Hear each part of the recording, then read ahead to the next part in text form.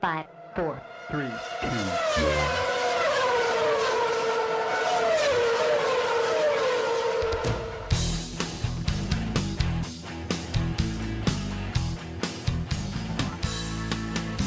Bonjour à tous, bonjour les amis, salut à tous les passionnés de sport auto, l'After Lap épisode 90, déjà un chiffre rond pour un numéro un petit peu exceptionnel parce qu'on va parler d'Indianapolis 2021 et de cette victoire d'Helio Castroneves qui vous a tous marqué, j'en suis sûr, comme moi elle m'a vraiment beaucoup touché.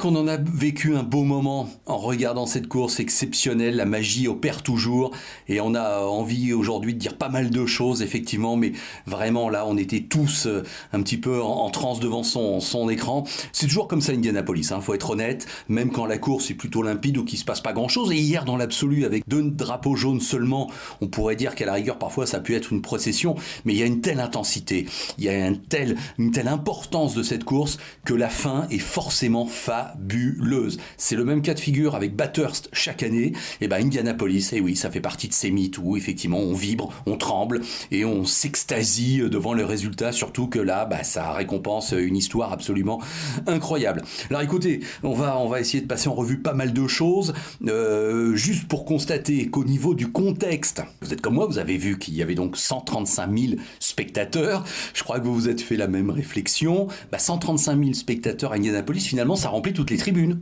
Voilà, maintenant on sait que sur les 300 000, on va retenir ce chiffre, sans doute plus proche de la réalité que 400 000, faut être honnête. S'il y a 300 000 spectateurs, il y en a la moitié qui se trouve dans l'infield et la moitié dans les tribunes. Donc voilà, 135 000 spectateurs, en fait ça remplit toutes les tribunes ou presque, même si on a pu voir que c'était un petit peu espacé à quelques endroits, mais enfin bon, voilà. Donc du coup on était rassurés sur l'ambiance qui allait avoir lieu et sur effectivement cette magie qui allait opérer et les encouragements de la foule et les cris. C'est toujours génial quand on voit entre le virage 3 et 4 la caméra qui pivote et on voit tout le public au premier plan qui encourage un pilote. C'est toujours effectivement des moments fabuleux. Helio Castroneves a donc gagné à 46 ans. Mais c'est incroyable franchement ce qui s'est passé.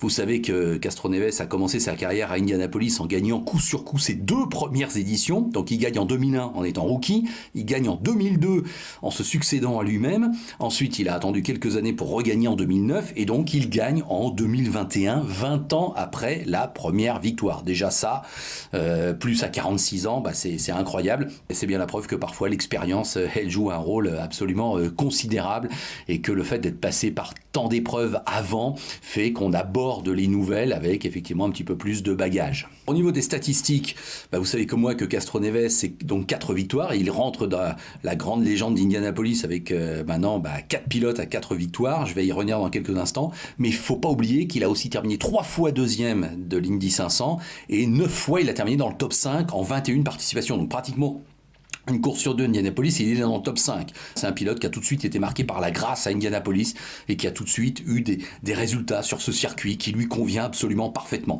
Et moi, ce que j'adore dans Helio Castroneves, effectivement, c'est son attitude. Je l'ai interviewé une fois, pour tout vous dire, à Sebring en 2006, où l'équipe Penske, à l'époque, vous le savez, en American Le Mans Series, a engagé les Porsche Spyder. Alors, Helio Castroneves était là en tant qu'ambassadeur Penske. Il ne participait pas à la course, mais je me souviens l'avoir interviewé.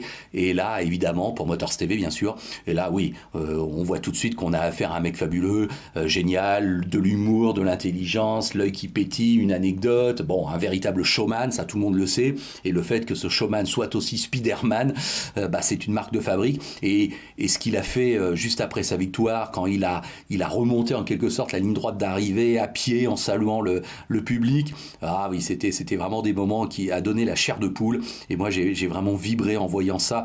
Quel type qui maîtrise tous les paramètres, qui a une super attitude, qui joue le jeu, qui reconnaît tout le monde, quand il est face à Mario Andretti, que d'émotions. Non, c'était vraiment extraordinaire.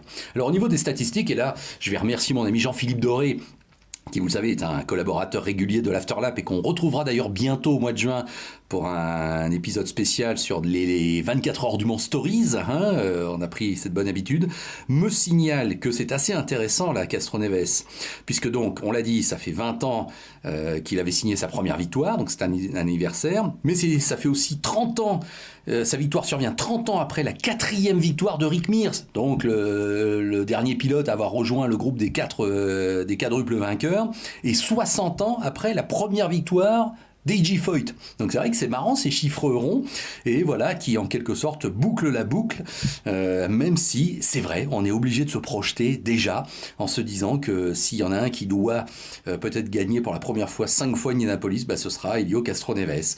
Et donc voilà pourquoi on peut espérer qu'il sera toujours là l'année prochaine. On rappellera aussi qu'en début d'année, il a gagné les 24 heures de Daytona. Incroyable, 2 courses au programme pour l'instant et 2 victoires aussi prestigieuses que les 24 heures de Daytona ou Indianapolis. Donc ouais, on a vécu un moment extraordinaire. Qu'est-ce que je voudrais vous dire aussi à propos d'Helio Castroneves ? C'est que lorsqu'il avait gagné ses 2 premiers Indy en 2001 et 2002, donc je suivais évidemment à fond l'actualité du kart, eh bien Roger Penske avait rendu hommage à son pilote en disant qu'il était sans doute, selon lui, le seul qui pouvait instantanément aller en Formule 1 et briller en Formule 1. Voilà, Roger Penske n'a pas dit ça de tous ses pilotes, mais à propos de Castroneves, il l'avait dit. Il mérite, et s'il va en Formule 1, il mérite d'aller en Formule 1, et s'il va en Formule 1, il sera très fort. Donc voilà, je pense que c'était un signe qui ne trompait pas, qu'on avait une pépite, on avait un pilote exceptionnel, et si Roger Penske, et moi je m'en souviens vraiment très bien qu'il a dit ça, si Roger Penske allait jusqu'à affirmer cela, c'était pas par hasard. J'ai envie aussi de rajouter un drôle d'épisode dans la carrière d'Helio Castroneves, mais là c'est plus du storytelling comme on dit, c'est par rapport à son histoire perso, mais ça m'avait marqué. Les plus jeunes peut-être d'entre vous ne savent pas qu'en 2008, il a été jugé pour évasion fiscale, Helio Castroneves, devant un tribunal, je crois, de Floride. Et moi, je me souviens très bien de l'image. On le voit arriver, tel un prisonnier, avec sa combinaison orange. Vous voyez l'image, comme dans les téléfilms américains. Et je me demande même si on ne le voit pas arriver avec des menottes au poignet. Et il est face à un juge et il écoute la sentence qui va le concerner par rapport donc à ces millions de dollars qui concernaient une non-déclaration au fisc américain. Alors je crois savoir qu'il a été un peu blanchi, mais le fait est qu'il a connu une vraie période très délicate à ce niveau-là. Et donc, cette image d'un Helio Castroneves littéralement prisonnier entre deux policiers en combinaison orange et les menottes au poignet, elle existe. Une quinzaine d'années plus tard, le voir de nouveau gagner Indianapolis, effectivement, on ne s'y attendait pas forcément. C'est vrai que dans le déroulement de la course hier, on a bien vu qu'il était globalement là, dans le top 10 assez régulièrement depuis le début de la course. J'avoue qu'effectivement, de là à imaginer qu'il allait gagner, non, je ne l'avais pas pronostiqué. Vous savez, à Indianapolis, quand on regarde cette course, c'est quoi les réflexes ? Je l'ai commenté plusieurs fois pour Motors TV, donc c'est quand même honnêtement un petit peu toujours la même chose. Vous étudiez les forces en présence jusqu'à la première moitié de course, et on voit bien quand même quels sont les pilotes qui sont régulièrement dans le top 5, après les arrêts au stand qui se remettent, ou qui sont entre top 5, top 10. Bon, là, ça sert déjà à voir un petit peu qui sont ceux qui, a priori, devraient gagner. Ensuite, effectivement, il y a une phase intermédiaire où on va jusqu'au 150e tour, où là, on se positionne, et là, c'est vrai qu'on est dans le money time, mais le money time, il est à 2 niveaux. Il y a d'une part le fait d'être bien placé dans le classement général, ça c'est incontestable, mais il y a aussi la gestion des arrêts au stand. Et hier, vous êtes comme moi, on en a eu la démonstration, car à un moment donné, il y en a qui se sont arrêtés, mais on savait qu'il faudrait qu'ils s'arrêtent de nouveau. C'était, on va dire, Palou, Castroneves, Howard, tout le groupe que suivaient les caméras de télévision, faut avouer. Mais c'est vrai que l'incertitude demeurait. Est-ce que Sato, Rosenqvist, allait pas aller jusqu'au bout ? Et honnêtement, moi, à un moment donné, je l'ai cru que c'était possible et qu'ils allaient le faire, un peu comme Rossi en 2016 pour la 100e édition. Finalement, tout est rentré dans l'ordre, si j'ose dire, et la télévision américaine ne s'est pas planté, donc oui, c'est bien le groupe de Palou, Castroneves, Howard et compagnie qui allait se battre pour la victoire, mais c'est vraiment pas passé loin, et c'est pour ça que ces 50 derniers tours à Indianapolis sont toujours vraiment super haletants, c'est parce qu'il y a toujours effectivement des stratégies différentes, au-delà du suspense de savoir qui va gagner la plus grande course automobile du monde. Sur les 100 premiers tours, moi honnêtement, celui qui m'a le plus impressionné, c'est Rinus VeeKay. Et c'est vrai que si je devais avoir mis une pièce à ce moment-là, je la mettais sur lui parce qu'il a gagné le Grand Prix d'Indianapolis, vous vous en souvenez, il y a 3 semaines, que parce qu'on pouvait penser qu'évidemment au niveau du boost de confiance, c'était fabuleux, que c'est le Verstappen de l'IndyCar, qu'il avait une voiture apparemment super. Donc ouais, je voyais bien un VeeKay peut-être causer une super sensation. Après, j'ai plutôt quand même pensé à un groupe de jeunes pilotes, et là j'en voyais 4 qui pouvaient gagner, créer la sensation. Donc il y avait VeeKay forcément, mais surtout Palou qui montait en puissance, Howard qui lui aussi se plaçait de mieux en mieux au plus haut, et je surveillais d'un œil intéressé Scott McLaughlin, qui j'ai l'impression avait une superbe carte à jouer. Alors pour McLaughlin, vous le savez, une seule erreur de n'avoir pas pu respecter la limite de vitesse dans les stands. Alors il l'a expliqué, il a appuyé sur la pédale de frein, il n'a pas eu les mêmes sensations, il n'a pas pu appuyer aussi vite qu'il le voulait. Et voilà comment on est pénalisé, voilà comment on perd effectivement Indianapolis.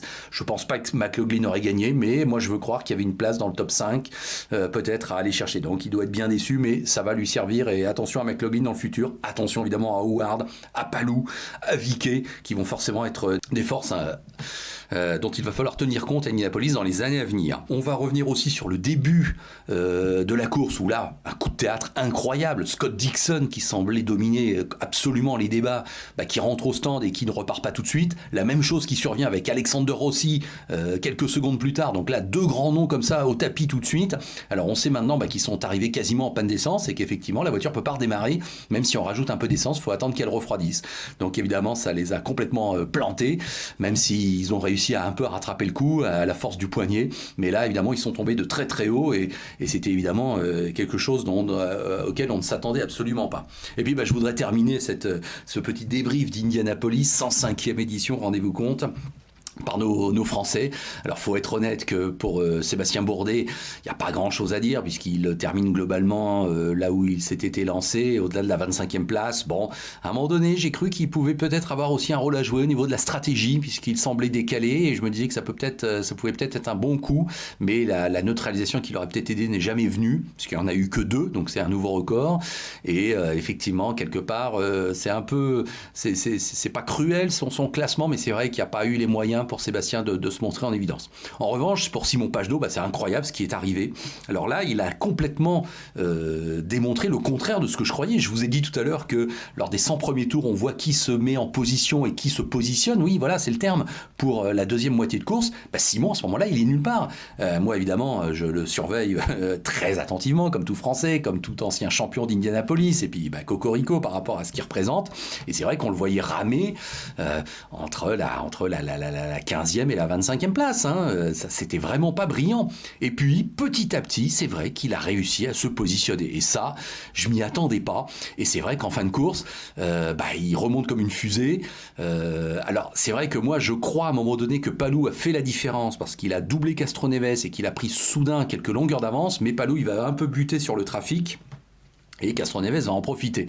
Et à partir de ce moment-là, c'est vrai que quand Castroneves passe, on sent que c'est terminé, il reste 2 tours et que ça va le faire. On sentait avec Simon qu'il pouvait mettre éventuellement tout le monde d'accord, mais qu'il aurait peut-être fallu quand même 5-10 tours supplémentaires. Voilà. Mais c'est vrai que c'était lui qui semblait le plus rapide en fin de course, et on n'est pas passé loin d'un coup fumant que Simon aurait pu réaliser. Vous vous rendez compte ce que ça aurait représenté pour le sport automobile français.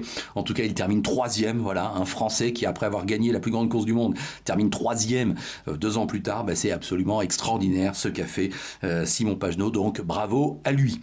Voilà, écoutez, on va se quitter là parce que on a à peu près tout dit, mais c'est vrai qu'on restera longtemps avec cette image gravée en nous de la célébration de la victoire d'Helio Castroneves. Et moi, plus qu'à la rigueur le fait d'escalader le grillage, ce que je retiens, c'est vraiment le fait qu'il soit à pied là en mode footing et qu'il ait passé en revue la tribune principale. C'était vraiment très émouvant, très très fort, et c'était une célébration à nul autre pareil, et seul, j'ai envie de dire, Helio Castroneves pouvait faire ça.